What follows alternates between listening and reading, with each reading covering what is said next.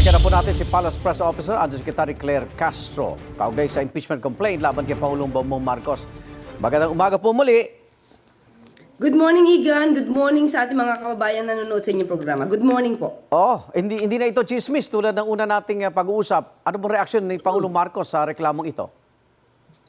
Ito naman inaasahan dahil nga sa nabanggit na ni Congressman Irice na meron mga tao, lalong-lalo na yung mga supporters ng Vice Presidente na handa na magsampa ng impeachment complaint laban sa Pangulo. So siguro hindi na po nabigla ang Pangulo kung meron siya matatanggap at malalamang isilampa ng impeachment complaint laban sa kanya. Pero ang initial reaction, walang basehan ng impeachment complaint laban sa Pangulo.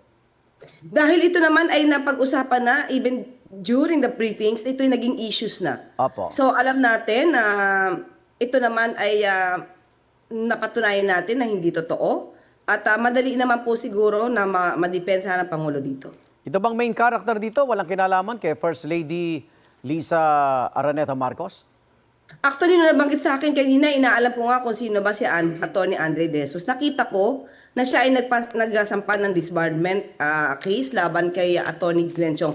Pero sa nakita natin, hindi naman siya naging lawyer ni First Lady, kundi siya ay mismong nagsampa ng disbarment case on his own. Dahil ginagalang niya dapat ang babae, dapat ginagalang at hindi dapat na kumbaga, nagiging rude ang mga tao laban sa babae. Opo. So yun yung nakita nating kwento, pero hindi po siya nag-represent para kay First Lady. Parang hindi po dapat iugnay si Atty. Andre De Jesus kay First Lady. Anong nakikita niyo susulong ito gayong ang chairman ng House Committee on Rules ay anak mismo ni Pangulo, si Congressman Sandro Marcos?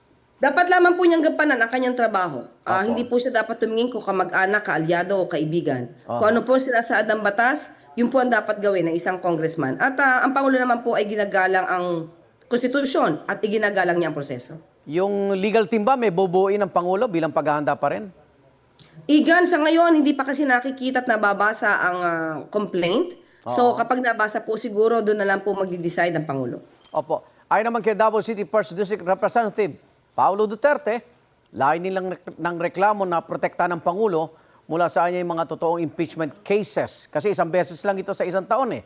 Komento po. Kung yan ang nasa isip niya, wala po tayong magagawa. Pero hindi po natin alam kung anong intensyon ng mga taong nagsampa ng impeachment complaint. Opo. And at the same time, Igan, ang pagsasampa ng impeachment complaint, ito ay sagabal din sa Pangulo. Kaya wag niya isipin na parang mahina yung kaso or what.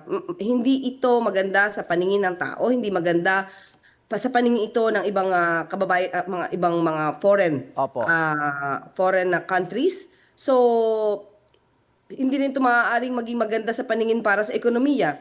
So wag niyang ilang or parang maliitin ang impeachment complaint to. Hindi nais ng Pangulo na siya ay masampa ng impeachment complaint. Sumuko po kagabi si dating Senador Bong Revilla, kasunod nga ng inilabas na arrest warrant para sa kanya ng Sandigan Bayan.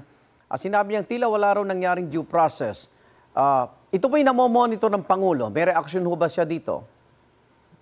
Ang sa Pangulo naman, sabi niya, kahit nakaalyado, kaibigan, wala dapat na sinisino. So, kung mayroong mga ebidensya, wala pong magagawa ang Pangulo dyan. Kung kailangan isasampa yan. Nasa kamay po kasi yan ng Ombudsman, nasa kamay po yan ng DOJ, at nasa kamay na rin po ngayon ng Korte. Pero kung walang kasalanan, kaya naman nila ipagtanggol ang kanilang mga sarili, gawin na lamang po nila yan kasi para po malinaw at maging malinis din po ang kanilang pangalan sa mata ng taong bayan. Alam ba ng Pangulo kung may susunod pa kay Senator Revilla?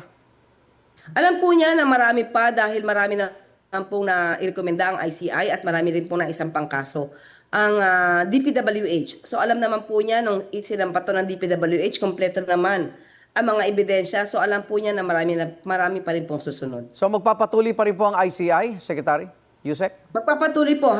Hanggang sa ngayon ay kailangan magpatuloy pa po sila. At sinabi naman po ng ICI na sila magbibigay ng kanilang report.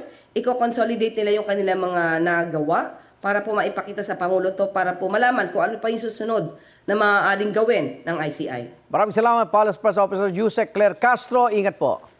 Maraming salamat, Igan.